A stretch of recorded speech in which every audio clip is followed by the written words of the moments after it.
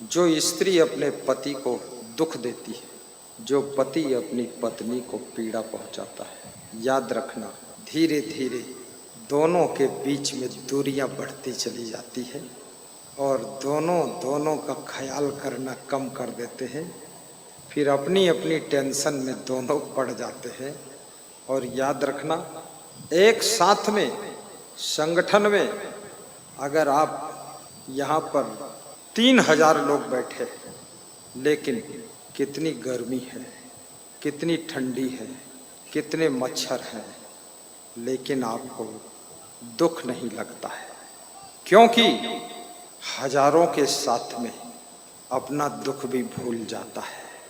अकेले होने पर छोटा सा दुख भी भारी हो जाता है और एकता में अनेक लोगों के साथ में पहाड़ जैसा दुख भी तिल जैसा छोटा हो जाता है, तिल जैसा छोटा। इसलिए अकेले रहने की कोशिश मत करो। बहुओं को व्यास गादी समझाना चाहती है, जब ससुराल में आओ अपने पति को बहकाओ मत कि अलग हो जाओ, अकेले हो जाओ। हम कब तक सास ससुर को रोटी पाथ पाथ कर खिलाएंगे? पाथ पाथ कर? क्या गोबर पाथ रही हो? आटा की रोटी बना रही हो, उसको पाथ पाथ नहीं कहा जाता है, उसको तो कहा जाता है फूल के बनाना है। ऐसी भाषा मत बोलो, क्योंकि सास ससुर बिना वेतन के तुम्हारे घर के द्वारपाल है, तुम्हारे सुरक्षा गार्ड है। थोड़ा सा खाते हैं, 18 घंटा जाग कर ड्यूटी करते हैं, बिना खांसी के भी रात में खांसते हैं ताकि कोई चोर और ना आए। बार बार हर घंटे में उठ करके झांकते हैं कोई तरफ से चोर तो नहीं आएगा। तुम्हारी भैंस, तुम्हारे बैल, तुम्हारा ट्रैक्टर, तुम्हारी ट्राली सब कुछ रक्षा करते हैं।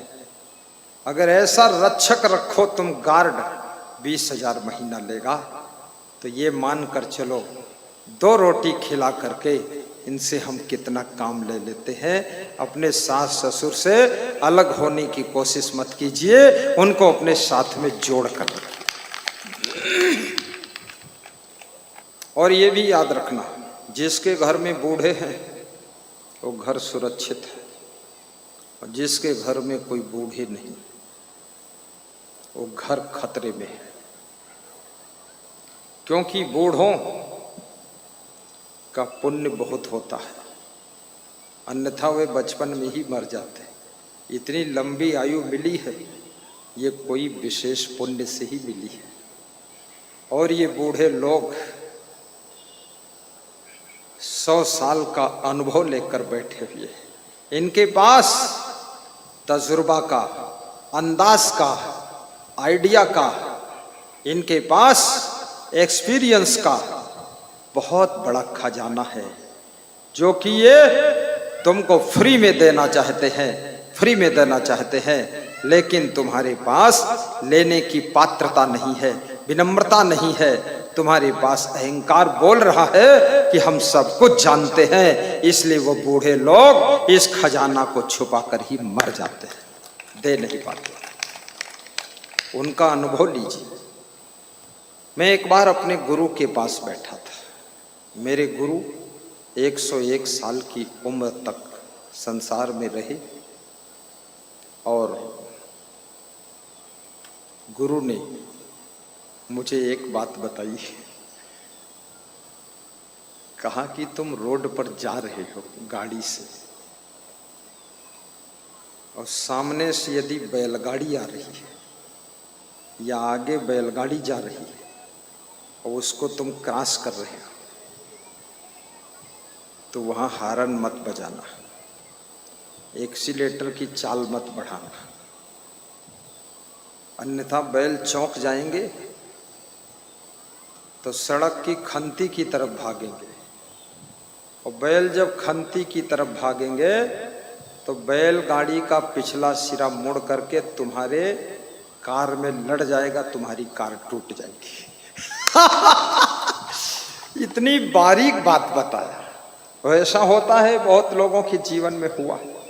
हो रहा। ये बुजुर्गों का अनुभव होता है। और याद रखना, जिनके सास ससुर हैं, जिनके माता पिता हैं और साथ में हैं, और वह लोग प्रवचन सुनने आए हैं, तो यहाँ निश्चिंत बैठे सुन रहे हैं पति पत्नी। और जिनके सास ससुर मर गए, माता पिता मर गए, ये अलग रहते हैं बंटवारा करके, तो पति आया है तो पत्नी नहीं आई, वो घर बचा रही है। और पत्नी आई है तो पति घर में हो, घर बचा रहा। और पति पत्नी यदि दोनों आए हैं और बैठे हैं तो मन में सोच रहे हैं, बाबा सत्संग जल्दी बंद करें तो घरे जाई नहीं, रात हो जाई, चोरी वोरी हो जाई। वो यह स्वाचत है, यो नहीं स्वाचत कि बाबा तनी और बढ़ाई दे प्रवचन। कोई स्वाचत नई नई कहानी सुनावत, बंद कहीं नहीं करते। आपके घर में सुरक्षा की भी आवश्यकता है। और संगठन में जो सुख है, विघटन में दुख है, सुख नहीं। क्योंकि संघो शक्ति, संगठन में शक्ति होती है। यहां अगर 1000 मधुमक्खी इस मंडप में घुस पड़े तो सबको भागना पड़ेगा। लेकिन 1-2 मधुमक्खी घुस पड़े तो लोग मधुमक्खी को मार डालेंगे, भागेंगे नहीं। मधुमक्खियों का संगठन हाथी को भी डरा देता है। और अकेली मधुमक्खी को एक छोटा बच्चा भी पैर के नीचे मसल कर मार देता है। इसलिए अपने घर में संगठन बनाइए। आश्रम में भी संगठन की आवश्यकता है। साधु साधु में संगठन। साधुओं में भी बहुत साधु मूडी डूडी है, मूडी डूडी। एक साधु आया हमारे आश्रम में, मैं तो उससे बात नहीं किया। हम बहुत उल्लू आदमी से बातें ही नहीं करते। हम समझ गए उल्लू है, उल्लू से बात करो अपना टाइम बर्बाद होगा। तो हमारे आश्रम के संचालक साहब वो उल्लू से बात कर ही लेते रहे, वो बात कर रहे थे, हम उनके पास बैठे थे। तो साधु दूसरे आश्रम से आया था, नवयुवक था, तो इसे मूड लटकाए रहा। तो पूछते थे वे कब आए, क्या करते थे, तो नाक में बोलता था मंग मंग। तो हमने कहा इसके चक्कर मत पड़ो, महा बेईमान आदमी है, इसको यहाँ से विदा कर दो। तो संचालक जाए बोले हो सका टटोली को ठीक ठाक हो। हम कहें ठीक ठाक आदमी कहें कोई अपने घर से निकलबे न करी, कबाड़े फेंका जाता। सामान कौन फेंका था, कूड़ा कचड़ा सब फेंका था घर से। ये दूसरे आश्रम का कूड़ा कचड़ा है, धूर्त कहीं का, मूड लटकाए। 3 दिन रहा, ना भोजन बनाने जाए, ना झाड़ू लगावे, और तीनों टाइम खाए तो सोवे, खूब सोवे, दिन में 6 घंटा और रात में खूब सोवे। तो मैंने चुपके से उसको बुलाया, हमने कहा झोला बांध लो, यहाँ से निकल जाओ। तो बोले बड़े गुरुजी बोले हैं रहो। हम कहें दिखाई न दियो, बड़े छोटे कुछ नहीं, जिंदगी माना मत, बेईमान कहीं का। अब ऐसा स्वभाव कोई नहीं रखेगा आपको। स्वभाव ऐसा बनाइए जो देखे वो ललचा जाए, जो देखे उसको ललक हो जाए, इनको हम रख लें। और कर्मयोगी बनो, साथ में प्रेम भरा व्यवहार भी हो, चरित्र अच्छा हो। चरित्रवान चमकता हुआ हीरा है, और हीरा सभी रत्नों में श्रेष्ठ रत्न होता है। हीरा को किसी भी एंगल से देखो सुंदर दिखता है, ऐसे हर तरफ से आपकी जिंदगी हीरा जैसी चमकती होनी चाहिए। जिधर से देखूं उधर से आपकी जिंदगी सुंदर दिखनी चाहिए। बोलिए सद्गुरु भगवान की जय। हीरा बनो, कांच नहीं बनना।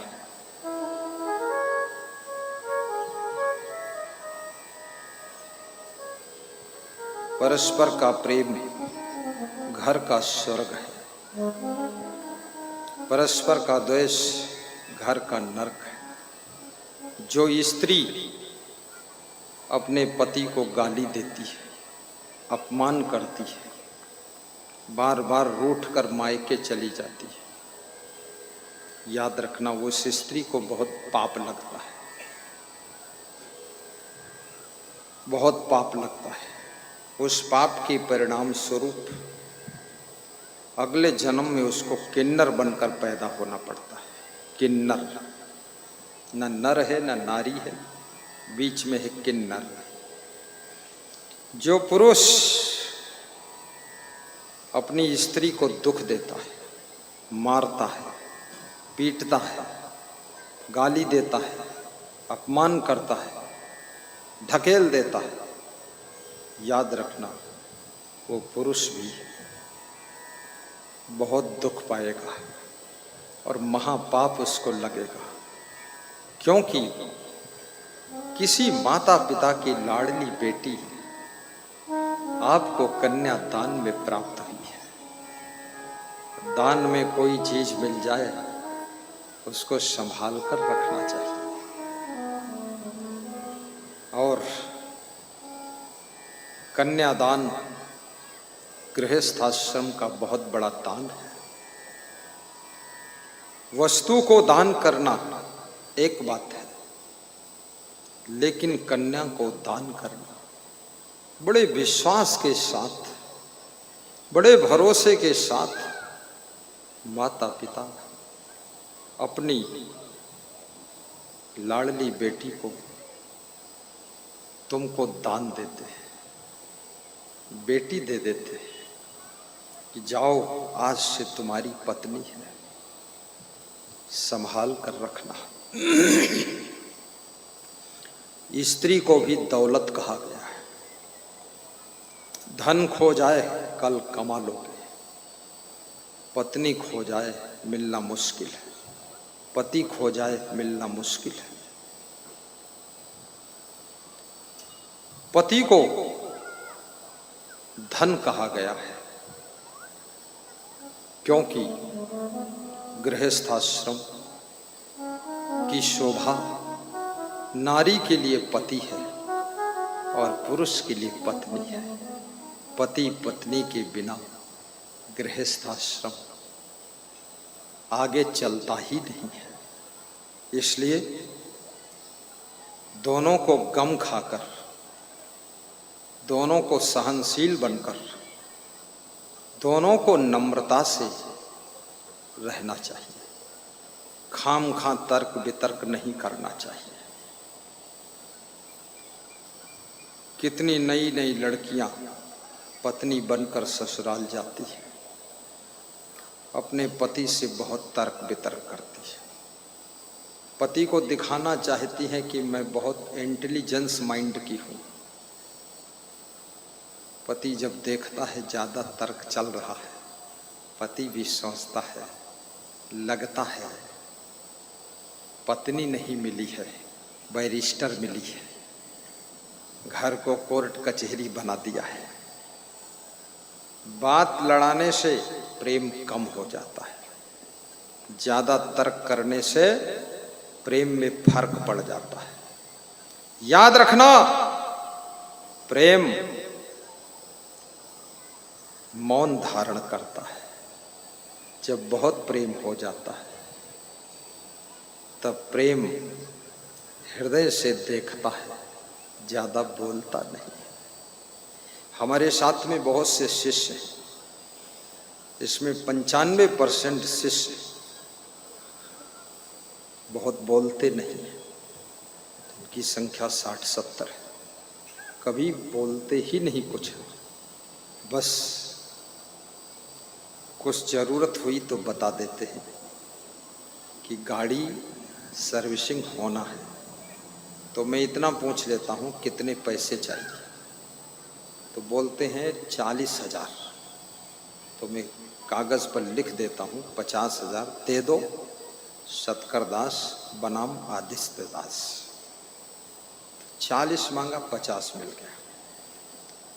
गाड़ी बन कर आई, दिखाया पूरा, कितना खर्च हुआ? बोले गुरुदेव 49,000 खर्च हुआ।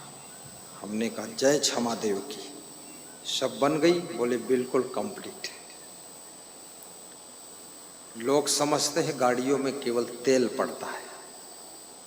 गाड़ियों में तेल के बजाय इसका सर्विसिंग बहुत महंगा होता है। ये ट्रकों का सर्विसिंग बहुत कम होता है, लेकिन ये जो कारें होती ना, इनकी सर्विसिंग में गाड़ी मालिक की भी सर्विसिंग हो जाती है। और जिसमें जितनी महंगी गाड़ी होगी उसकी उतनी महंगी सर्विसिंग होगी। जैसे डॉक्टर के यहाँ कोई गरीब आदमी पहुँच जाए, छोटा आदमी, तो डॉक्टर कम खर्च में निपटा देता है, लेकिन कोई टाटा बिरला जैसा पहुँच जाए तो फिर करोड़ 2 करोड़ बजट बन जाएगा। तो ये जो बड़ी गाड़ियाँ हैं, कीमती गाड़ियाँ हैं, इनका सर्विसिंग खर्चा बहुत है, लेकिन कंफर्ट एंड ड्यूरेबल और एंड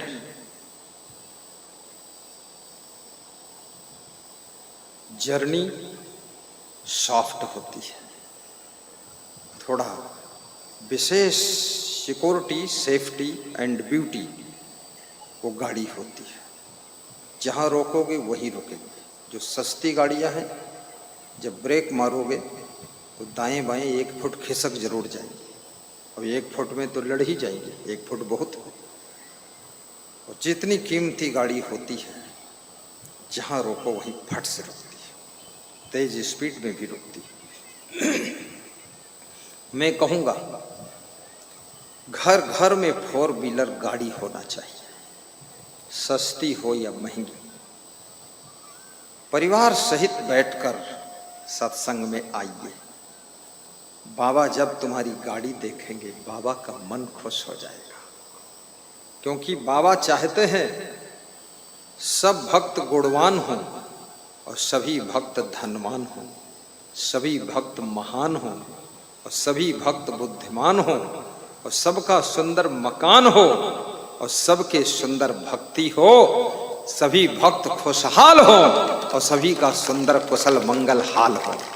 बोलिए सद्गुरु भगवान की जय। सुविधा और सुख और शांति और आनंद और आराम, ये सब कुछ आपको चाहिए। आपका सुंदर मकान भी होना चाहिए। पैसा कमाइए और पैसा बचाइए। पैसा बचाइए जिसमें 2% दान कीजिए, 98% सही जगह खर्च कीजिए। दारू कभी मत पीजिए, बीड़ी मत पीजिए, सिगरेट मत पीजिए, भांग मत खाइए, जुआ कभी मत खेलो। रातों रात करोड़पति बनने का लालच छोड़ो, अन्यथा रोडपति हो जाओगे। रोडपति, रोड पर आ जाओगे। धीरे धीरे करोड़पति बनो, धीरे धीरे रे मना, धीरे सब कुछ होए। माली सींचे 100 घड़ा, ऋतु आए फल होए। आहिस्ता आहिस्ता विकास करो, धीमे धीमे आगे बढ़ो। आपकी उन्नति का भी आशीर्वाद व्यास गादी दे रही है, और आपके मन की शांति का भी आशीर्वाद व्यास गादी दे रही है। और आपके घर में खूब संपत्ति हो, ऐसा भी आशीर्वाद व्यास गादी दे रही है। और आपके मन में शुद्ध भक्ति हो, ऐसा भी आशीर्वाद व्यास गादी दे रही है। भक्ति हो, उन्नति हो, शांति हो, संपत्ति हो, कोई प्रकार की तकलीफ ना हो, सब भक्त संपन्न हो, दूध पूत से भरे हो, झोली और गोदी भरी हो, द्वार पर दूध देने वाली गौ माता भी हो, या सुंदर भैंस हो, और उन्नति करने के लिए वाहन भी हो, साथ में गुरु का प्रवचन सुनने की भूख भी हो। गुरु का प्रवचन गाड़ी में जब चलो तो सुन लिया करो। कितने लोग हैं गाड़ी में प्रवचन सुन लेते हैं गुरु का? हाथ उठाइए। धन्यवाद है 20 लोग करीब। सत्संग तुम्हारे जीवन को बदल देगा। कितने लोग मेरे पास आते हैं और कहते हैं आपका सत्संग सुन करके गुरु जी हमें बहुत फायदा हुआ है। शिवान जी, मैंने पूछा क्या फायदा हुआ? बोले मैं अपनी पत्नी को गाली देता था, पूरा बंद कर दिया। फिर बोले तो पत्नी खुश रहती है, अब घर में उन्नति होती है। हमने कहा पत्नी कुछ बदली की नहीं? बोले वो पहले से ठीक थी, लेकिन प्रवचन सुन करके उसमें एक गुण आ गया कि सुबह शाम पाँव छूती है। हमने कहा पहले? बोले पहले मुंह ऐठत रहे, पाँव नहीं छूत रहे।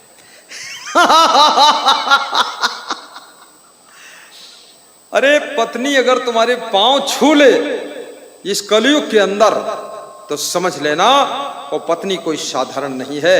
वो नारी के रूप में कोई नारायणी महिला तुम्हारे घर में आई हुई है और वो लक्ष्मी का रूप धारण करके आई है। जोर से ताली बजाया करो। बहुत ढीले ढाले आदमी यहां बैठे हैं, ये नगला तेज है, इतना धिम्मड़ कैसे हो गए तुम? जोर से बजा देना चाहिए।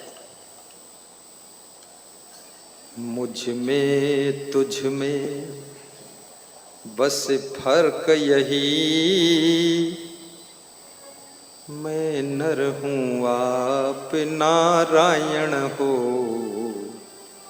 मुझ में तुझ में बस फर्क यही, मैं नर हूँ आप नारायण हो। मैं हूँ संसार के बंधन में, संसार तुम्हारे चरणों में अब सौंप दिया इस जीवन का, सब भार तुम्हारे चरणों